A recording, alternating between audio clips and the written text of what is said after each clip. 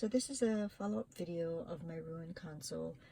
You can see that I peeled away whatever I could, and I actually had the mount attached here so that it would kind of hide the spot. But today I'm going to be using a heat gun to try to remove the rest of this film here.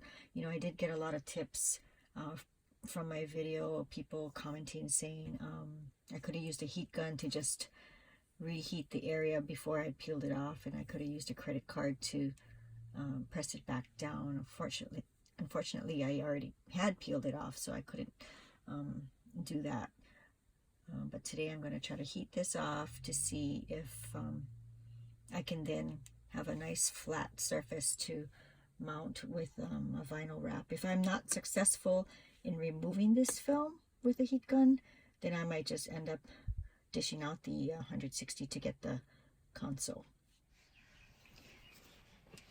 Okay, so I do have a heat gun here, and for all you critics that are going to complain about what a cheap brand I have, yes, I am just an average person. I am not a rich person. I already had the heat gun fixing my son's PS2 back in the day, so this is what I'm going to be using. Obviously, I'm going to have to lift this up and get these things out of the way just to make sure, you know, nothing is going to get heated that doesn't have to be heated. This one has a dual setting. I wrote in the 750 and 1000, the low and the high. That's basically what this is going to be heating up.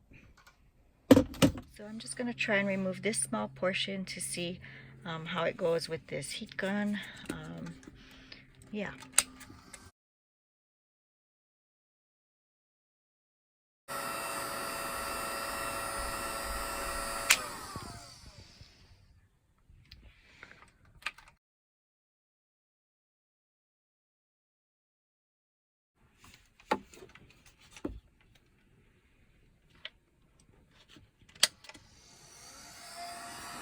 So it's really starting to pucker up like what it used to look like when I first damaged the piece.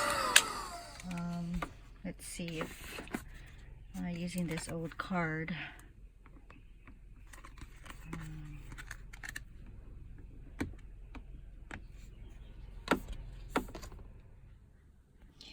Alright, so here's a piece of the actual vinyl that I peeled off originally, but if you look at it and see how thin it is, it's definitely, you know, not a typical like that 3M 1080 wrap people talk about. It's super thin, and so I think when I used the heat gun, it actually kind of just melted.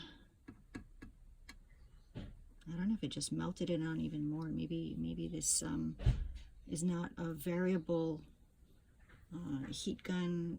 Like, I know some of the heat guns start at a really low temp. Maybe this was too high a heat. I'm not sure. I bet a lot of people are gonna tell me what I should have done. So anyway, I'm gonna go and check with maybe a car wrapping place. I think I just see 2 on the island that could possibly help me. But anyway, yeah, this is the manufacturer's wrap. It's super thin. Well, I was filming that last segment. I just realized now that this is now warped because I heated it up. So yeah, I guess if you want to try and do something yourself, you really better know what you're doing, because now I feel this warped section. Now it's not even more uneven. I don't think I can even get it professionally wrapped because it's going to be flat, and then all of a sudden it kind of dips down here now because I probably heated it up too much. And I don't know if you can see, but there's this kind of a line right here. It kind of dips down right in this area, so yikes. Anyway, I would probably have to just get it professionally done. like you all told me to begin with. Just put out the 160 bucks. Okay.